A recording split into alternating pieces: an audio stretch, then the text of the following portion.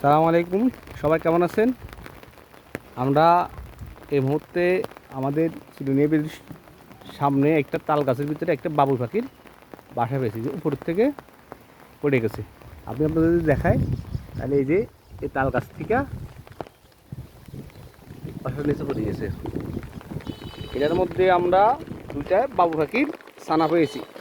আমি আপনাদের যদি দেখাই, এই যে এর ভিতর যে ছানা আছে এগুলা উড়াল দিতে পারে না, তাই আমরা জানি না।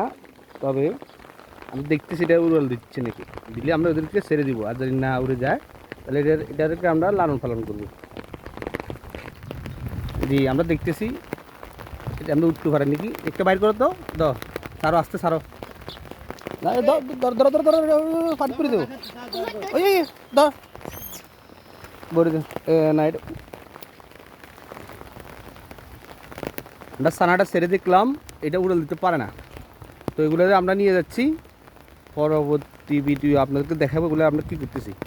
লালন পালন করার জন্য চেষ্টা করতেছি, কারণ আমাদের আশেপাশে সব জায়গায় পানি, বন্যা লাভিত হয়েছে।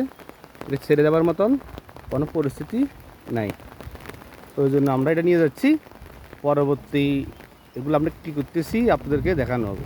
তো সবাইকে ধন্যবাদ। সালাম আলাইকুম।